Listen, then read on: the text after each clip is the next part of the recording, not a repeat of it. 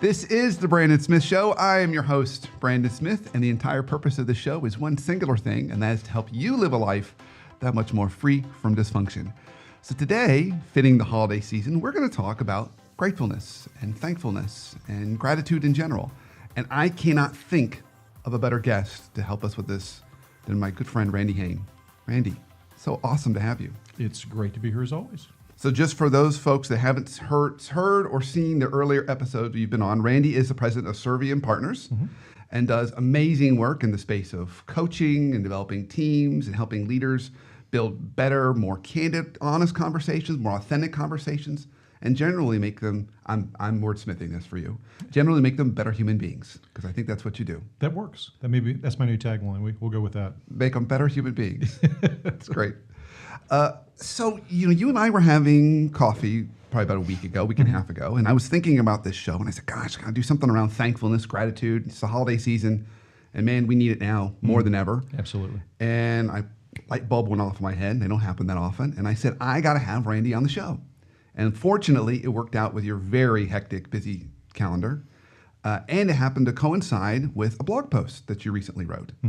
So let's dive into this topic of gratitude. When you think about gratitude and being thankful, where does your mind naturally go? What are some of the places you kind of start with when you think about that? I think of gratitude as a mindset. If I start the day, live the day, end the day with a mindset of gratitude, I think by definition I'm going to be in a happier place, a better place. I'm going to treat people well. I'm just going to have a richer set of experiences, and my relationships will benefit when I'm thinking about being grateful. And I learned that from my parents. My parents were just amazing role models in a lot of different ways, but I always watched them with every person they encountered, every experience they had, expressing profound gratitude. And when I was a kid, I probably said, oh, that's mom and dad doing their thing. But as I got older, I really started to understand the sincerity of it and how it changed their lives and how it impacted the people around them. So it took me a number of years to probably even get close to the level that they did it. But I watched my parents model it for me, and now my wife and I try to model it for our sons and for the people that we encounter every day. So before the show started, you and I were kind of hitting on this idea that, man, we need it now. Yes. Probably more than ever. We do. Build on that a little bit more. I kind of cut you off because I wanted to save it for the show when we were talking about it. But why do you think we need it now more than ever? I think we've fallen into a number of just camps. There are these camps everywhere. What political party do you belong to? What's your religious denomination? How do you? What side of the bed do you sleep on? There's so many different ways that we kind of see each other, rather than just Randy and Brandon, two guys who want to get along and we want to help each other. We tend to be suspicious of each other. There's a lack of trust, and I find that acting with gratitude transcends that. If I walk up to you and I just express gratitude for something you've done, I'm not asking you what your political party is. I'm not asking what your faith is. I'm just want to be grateful. I want to see what I can do to help you. And I think if we acted more out of gratitude and just had that mindset, I think that might help heal some of the division that we've got in our country. We're so lacking in just a desire to engage with people because we're suspicious. And again, that trust word comes up again. I think gratitude could be a way to overcome that. As you were talking, the word for me that was coming up in my head was respect. Yes. Respect for other people and making it about others and not about yourself. Yes. I think we walk through the world so much, and unfortunately, I think technology and our phones has made it all about us. So we walk around the world expecting everyone to cater to us, to see us, to recognize us, and we're ready to pull the trigger if we get offended. We're ready to say, oh, that's my new favorite buzzword, microaggression. That's a microaggression. Like you've microaggressed me. And that's really, those are just misunderstandings. But I can say that I'm offended. Versus what you're saying is, no, look for appreciation and gratitude in others. When they hold the door open for you, say thank you. Or the simple act of holding the door open for someone. Or looking someone in the eye when they are at the register or the waiter or waitress and saying thank you. It makes a big difference. When I do that and I see their eyes light up, it's both a wonderful thing but also a sad thing that they probably haven't had anyone else do that all day long. I'll tell you a true story. About 3 weeks ago, I took my 16-year-old Ryan to a fundraising event. Now, Ryan was very brave because it was a room full of 30, 40, 50, 60-year-olds, and he was 16. But he went, and I said, it's time for you to kind of get out there and hang out with the adults a little bit. You're at that Great. age. So I gave him the typical dad pep talk in the car on the way to the event. And I said, hey, listen, you're going to get a lot of questions about, what colleges you're thinking about, how school. But I really want you to focus, as we've talked about before, on, thanking people, telling the people that are hosting the event that you're grateful to be invited. Really make sure you do those things. And he was incredible. I was so proud of him that night for just how well he executed on the courtesy side of the evening. But one of the things that happened at the end, a number of people, friends, and some people I didn't really know that well, came up to the two of us, and they were talking to Ryan about, we really appreciate how courteous and thankful you were. You said thank you so many times, and we know that you meant it. It really, young man, you're going to do fine in life. And it made such an impression on him. And probably much like I was when I was 16, I would hear my parents say thank you, and I was like, yeah, whatever, that's what everybody does, right? But I think that night, it really sunk in with him. Wow, it makes a difference. People look at you differently when you express gratitude. So I think it was a great lesson for him, and it's one that I hope he never forgets. Yeah, and this touches on another topic that I don't want to quite get into today's show. Sure. But I think where we have gone culturally as a society is we tend to favor, with our kids, favor credentials versus character. Yes. And we trade off character for credentials. We get them overly involved in all these activities, but we don't invest the time in things like, okay, how do you show respect, and how do you be appreciative of other people, or take responsibility, or resilience, or all those things that are character traits. And so what I'm also hearing in this is, gratitude is a character trait. And one of the ways that we can both have better lives for ourselves, but also model it for our children, is start practicing it now. Okay, so that's a good segue. Talk to us a little bit about how we can start either the mindset shift that we need to have to get ourselves in that place, and even how you do that for yourself. And then maybe we can transition into practical ways to do this. About 9 months ago, I was sitting down with a coaching client, and it was 7 o'clock, and I'd been up for 3 hours, of course. And my client and I were having coffee, and we were just chatting about different ways that she needed to work on building better business relationships inside of her company. She served a very large audience, and she had a huge internal customer base, but she didn't have a very effective strategy to reach out, touch them, it sort of interact with them. So something it may have been the donut or the coffee, I don't know what it was, but I went to her whiteboard and I wrote RAPKG. And I said, okay, I know you don't know what this is, but let me explain it to you. And it just came to me, RAPKG, random acts of praise, kindness, and gratitude. And I said, Roxanne, that was her name, this is what we're going to do. We're going to build a strategy around RAPKG for you. So what we did is just make sure I got it. Yes. Random acts of praise, kindness, and gratitude. And I said, what we're going to do is we're going to build a stakeholder map. And we drew the names up on our whiteboard. And then we basically we drew little lines out, and we talked about all the different ways that she could reach out to them and express RAPKG. And for some, it was a thank you note for something they had done for her. For one, it was just an act of kindness because someone had lost a relative. For another, it was just praise for work well done. But I said, Roxanne, instead of thinking about a business agenda for every one of these conversations, why not just reach out with these random acts? But you can also introduce intentionality to your randomness. And she needed this intentionality and structure. So every Monday at 6 a.m., she has a reminder, practice RAPKG. And what it does is it forces her to think about the previous week, all the people she's encountered, think about her network, and she sends her messages, she picks up the phone and calls, or she schedules meetings to express RAPKG. And there's a great cherry on the top of the sundae. Yesterday, I got in the mail a gift. She had made a beautiful custom sign that says random acts of praise, kindness, and gratitude for my office, and it arrived at my home yesterday. That was her gift to me for bringing RAPKG to her life. Fantastic. Yeah. Okay, so that helps us kind of start that mind shift, thinking a little bit about those random acts of praise, kindness, and gratitude. Awesome. So where did that come from for you? I mean, did that just hit you one day, or is this something that you've been working on through some time? I think it's elements of it have always been there. I've always tried to live that way. But I was kind of put on the spot by my coaching client to come up with structure. She needed structure. And I said, okay, I'm on my 4th cup of coffee. Let's think about this. And RAPKG just kind of came to my mind. And it is something that I think I've tried very hard to practice throughout my life, but I needed to give it a form. So that's where it came from. And I wrote an article about wouldn't the workplace and the world benefit from more RAPKG.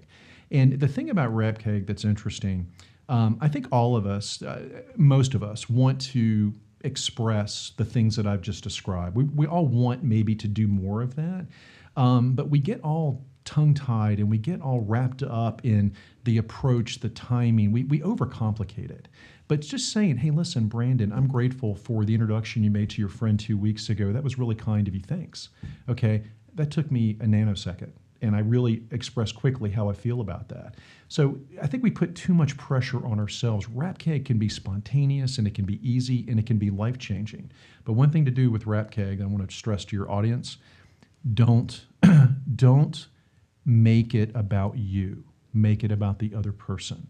Don't attach outcomes or expectations to it. So don't say, I'm going to give you some RAPKG, Brandon, but I'm waiting for my RAPKG in return. Be selfless about it. I'm here to serve you, help you. I just want to invest in you. So I'm just going to practice RAPKG in your direction. If you come my way, that's okay, but I'm not going to expect it. Yeah, so make it really, really very much about the other person. And I think people can tell the difference. In fact, I know they can. Yes. They can tell the difference. If it's really about them, they can feel that. Yes. But if it's about you, they know. There's this little tug, Yeah. a little hook. Yeah, we've talked about authenticity before, and that definitely comes across the wrong way if you don't do it right. Yeah, so it's got to come from your heart and really use another very important word, and this word has come up on my show quite a bit: intentionality. Yes, being intentional. So what I'm hearing you say is I'm hearing 2 reasons why we don't do this as well as we could. One, we overcomplicate it, right? We try and think about timing and how we're going to do it, and maybe even make it a little bit about ourselves and think about what we're going to get in return and make it more about a political machination than just the purity of it. And the second part is we just don't think about other people as much as maybe we should. We just think about ourselves and what we want and why isn't anybody doing stuff for me versus appreciating the little things around us. Okay. I think even a clearer way to kind of sum that up is don't keep score. RAPKG, to be done well, requires that you don't keep score. Don't worry about if the other person does it in your direction. You'll sleep well tonight if you practice RAPKG today. So I think a lot of people, they get wrapped up in, well, gosh, I don't want to put myself out there. That person never gives back to me. They miss the point. They completely miss the point. Yeah, awesome. Okay, well, we're rolling into break already. So let's take a quick break, and when we come back, because one of your gifts, you have so many, and one of them is practicality. So we're going to dive down to some practical things people can do to start putting this into their life. First, in this holiday season, because I think it's a perfect time for it, end the year this way. And then really build this into kind of a lifestyle and habit going into the next year. Fair enough. Awesome. Okay, stay with us. We'll be right back.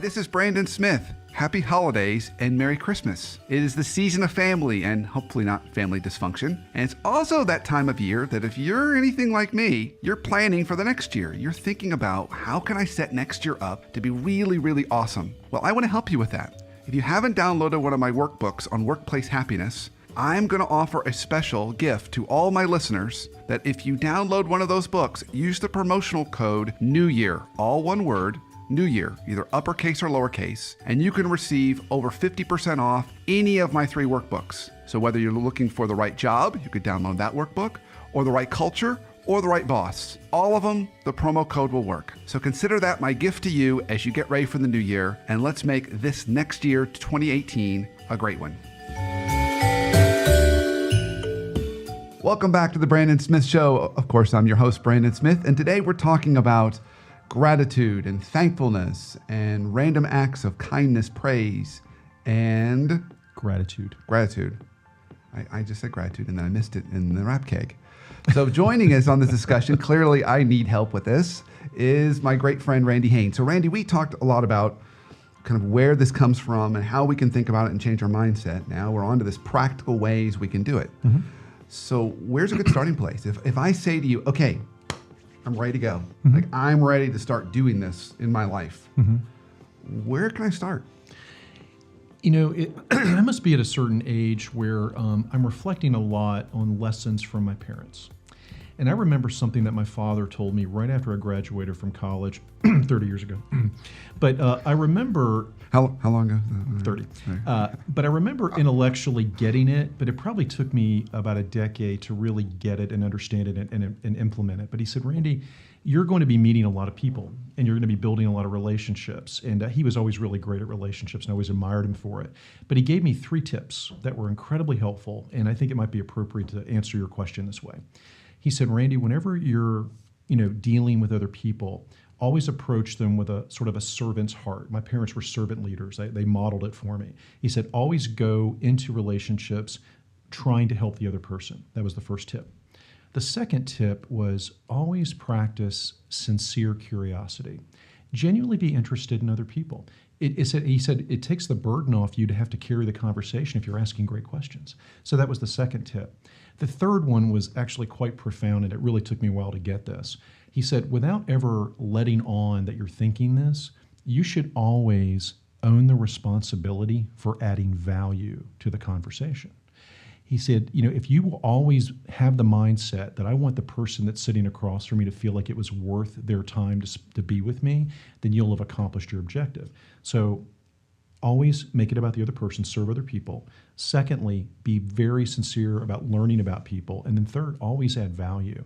So that's always how I try to engage with people. And I meet a lot of people just like you do every day. So I kind of approach them with that. I want to help you. I'm interested in you. And I'd like to add value here. So that mindset is really a great way to kind of lead into some of the other practical things you can do. So, when you think about how do I show RAPKG, how do I express gratitude, how do I do all those things? If you're asking questions and listening, you'll probably pick up on maybe something that they're struggling with, something that they need. Maybe there's an investment you can make. Maybe there's a connection in your network you can make. Maybe it's a good listening ear. Maybe it's just sound advice. Maybe it's the gift of a book. But there's probably something, if you're asking good questions and listening, that you can do to help your audience. So that's one practical way to kind of do it. We're kind of in a season of the year that I always look forward to, but my hand is going to probably curl up into a claw. I know where you're going with this. And I always, 19 years in a row now, I have been sending out about 300 Christmas cards. And I'll write a note. And every one just showed me your card. It came in. There it is. I just picked it up yesterday. Right there. The new Serviam Partners Christmas card. And I love getting Christmas cards. I'm such a geek about it. I really love getting cards, period. But I love Christmas cards. But I like to send those out to clients and friends in my extended network, and I'll put a personal note in each one of them. I'm not going to stamp it with Randy Hain. I'm actually going to write a note about something that I know about you. And it means a lot to me to do it. I think it means a lot to those who receive it. But again, on December 15th, I will be like this. But that's about how many? 300. Okay. Yeah, about 300. And I love doing it, and I'll be really working hard at it the next few days. But I want to do something like that, and I have been doing it for many years, because I want you to know that I'm thinking about you, and I care about you. I will send other thank you notes. I'll send an email sometimes, hey, I hope you and your wife are doing well. How was the trip? I'm remembering because I ask good questions, and I'm following up. When I meet with people, I don't want to just talk about business. I want to talk about you and your life and what you're doing for the holidays. So I guess what I'm getting at here, and it kind of goes back to my dad's maxims, right? I'm here to serve you. I've got questions for you. I want to find out what's going on in your life, and then I want to add value. And I think if you live in those 3 buckets, all the other practical things you can do, there are probably 50,000 we can name, kind of come naturally if you start there. Yeah, what was interesting was I was expecting you to say, well, here's some things that you can do with everybody in your world.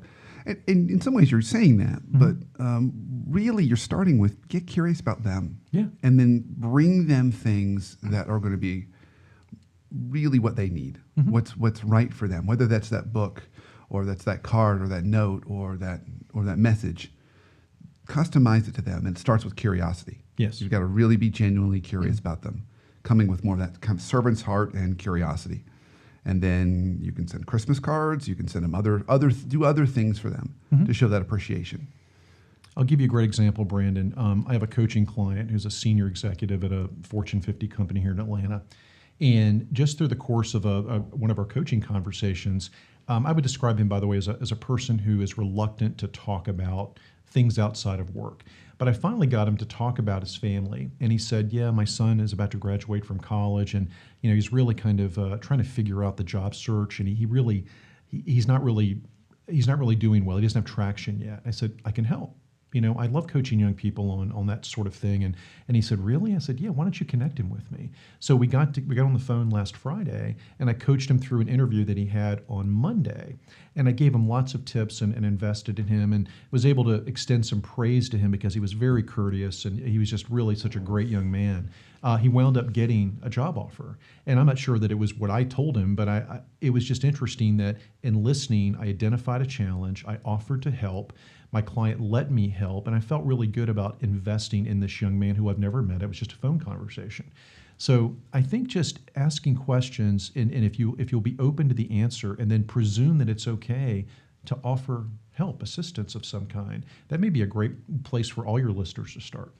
It's just look for opportunities to do that. Yes. Yeah, I love that. I think that's fantastic. So let's talk a little bit about, let's stay with this idea of leaders. Okay. Okay, so what I find is, since probably 2008, 2009, gratitude, thankfulness, praise, those kinds of things have just kind of fallen off the cliff. Mm-hmm. They're just not as common. And I think part of it is just how precious time is, mm-hmm. and how much pressure there is in the workplace. Mm-hmm. What can leaders start to do if they want to put this into their organization and really create an environment that is healthier? This has to be another show, but we could talk about the overscheduled executive. That could be a whole show. But the leaders I work with, they're in meetings from 8 o'clock until 6 o'clock every day. It's insane. It's absolutely insane. And in the meetings, they've got so much of an agenda to work through that they don't talk. They don't actually talk to their teams. They don't actually listen to feedback. They don't they don't have a brainstorming session. So here's an idea. What if leaders purposely said, "Guys, the agenda will get done, but for the next 10 minutes, I just want to talk about how you guys are doing. What's going on in your worlds? What are you doing for Thanksgiving or Christmas?" Really purposely pulling out of the muck and the mire of just the traditional meetings and just engaging. Just engage. Like you, I've had the privilege to be privy to a lot of engagement feedback and seen a lot of data that my clients have shared with me. And what I see consistently is, my boss doesn't care about me. My leader doesn't know anything about me. We're a meeting culture. It's all about the tactics. We're not talking about the story. All the stuff that you would expect from an overworked culture, overworked company. And leaders they're facilitating that. But if they would pull back and just maybe create a conversation somewhere in their meetings, it's not as crazy as you think. It actually works. But I think if leaders would do that, that might be a place to start. I think that's a great idea. And it made me think when I heard you talk about kind of this culture of overworked and I don't feel appreciated or praised. I bet if you polled families, you might get the same feedback. Exactly. It might just be reflective of those worlds are probably not all that different. Mm-hmm. I was with, and other thing that hit me while you were talking, this was probably, a year ago, and I was with a leader, and he opened up the meeting, and rather than going through the agenda, he said, the first thing we're going to do is everyone is going to say something, give praise, and say something positive about mm-hmm. the person to your right. Mm-hmm. And so they went around, and everyone had to kind of turn to the person to their right and say, wow, and say positive, and we had never done anything like that before, mm-hmm. and it was really fascinating to see kind of that work. And then we went through the agenda, mm-hmm. but it completely set the tone differently. Mm-hmm. So that's a little thing that we could do. In fact, I might make my kids do that tonight after dinner, before dinner, to say something positive about your little brother. One thing I do whenever I meet someone for the first time is they come in with a set of expectations. Okay, you're my executive coach, or you're interviewing me for whatever. But I always start the same way. Hey, look, for 10 minutes, can we just talk about what you're doing outside of work? Tell me about your life when you're not working. I'm really curious.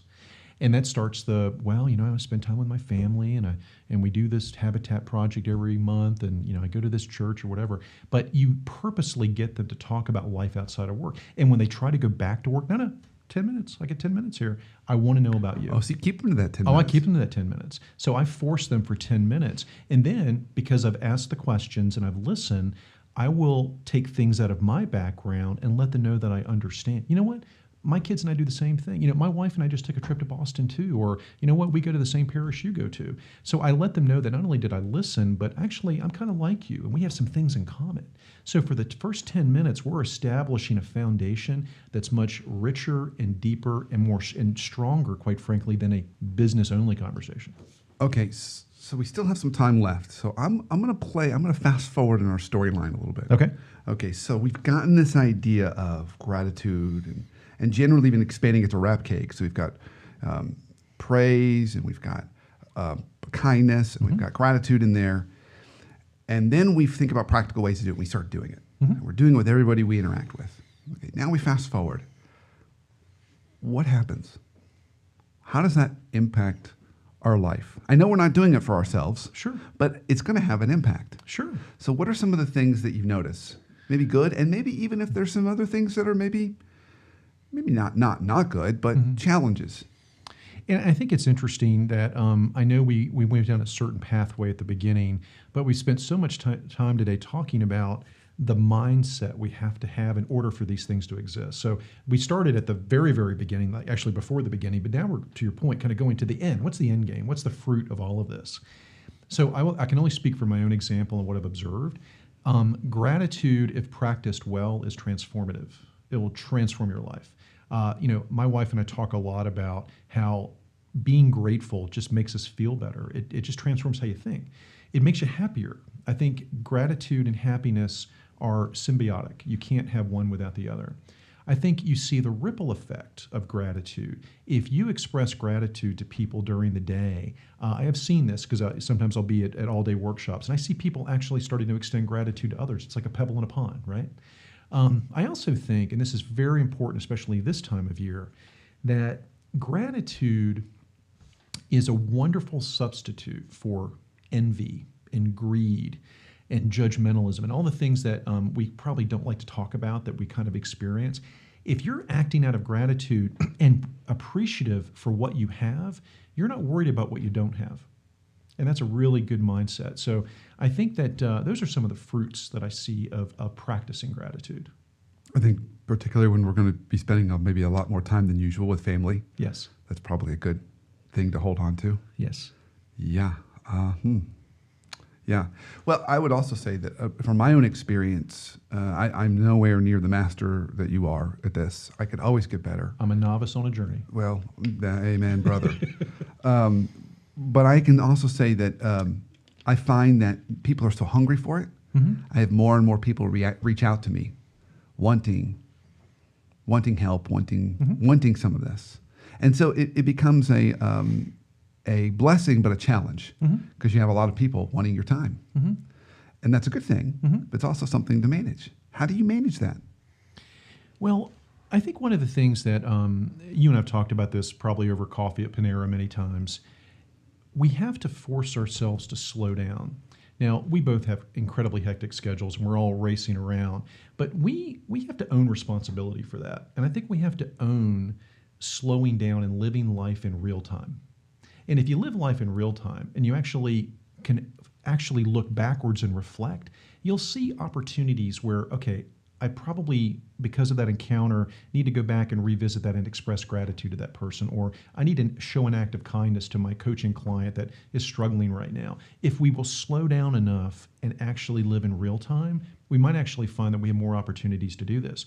But if we allow ourselves to get hooked up to the matrix and just live that dream life and go, we're going to really struggle to really express RAPKG or gratitude or anything else. So I don't know if that makes sense, but we have to slow down. And maybe this week, especially with the holidays coming, we've got a wonderful opportunity with maybe less busy schedules to pause and reflect.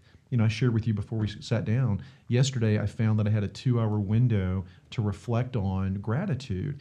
And I had a million other things that were trying to crowd my schedule, but I made myself go in my office and write an article about it. And I'm grateful that I did it. I really am happy. And it's about gratitude. But I forced myself to do it. And that was me living in real time. Fantastic. And that might be, we end every show always with what's a simple life hack to help us live our lives more free from dysfunction.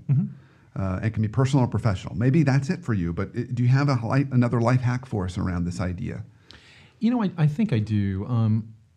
So much of what we've talked about, the easy pushback is, gosh, Randy, that's a lot of time. I'm so busy. When am I ever going to get to this RAPKG thing or this gratitude thing? Here's my admonition and my encouragement. You own your calendar. And if you don't own your calendar, somebody else will. So own your calendar and put air in your calendar. You're not going to get shot for doing it.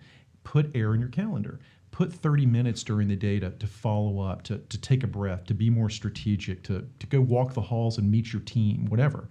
But find a way to put the control back in your calendar. If you let everyone else schedule your day, then you've lost. But fight to retain or regain control of that calendar, and then find that you're living in real time. And then this idea of RAPKG and gratitude and building better relationships becomes easier. So that's my life hack for you. Love it. Yeah, amen. I take time and really own that calendar and put air in it. I love that idea of air, putting air in it, 30 minutes. Randy, my friend, your blessing. I am thankful for you. Thanks for coming on the show and giving the gift of you and RAPKG to everyone listening. So I know it's making a difference, and man, we need it. I'm always grateful for you as well, my friend. Thank you. Okay, so we're going to end this Love Fest. Thank you for listening today and watching the show. And join us, of course, every week where we drop a new show, 9:30 p.m. Eastern on Sunday evenings. And, of course, if you're not listening to this and you're watching us, you can download the show on iTunes, thebrandonsmithshow.com, and, of course, Facebook, facebook.com/Brandon Smith WPT for Workplace Therapist. And you can follow us on Twitter at the WP Therapist. And until next week in our next show, have an awesome week and an awesome life. We'll be right back.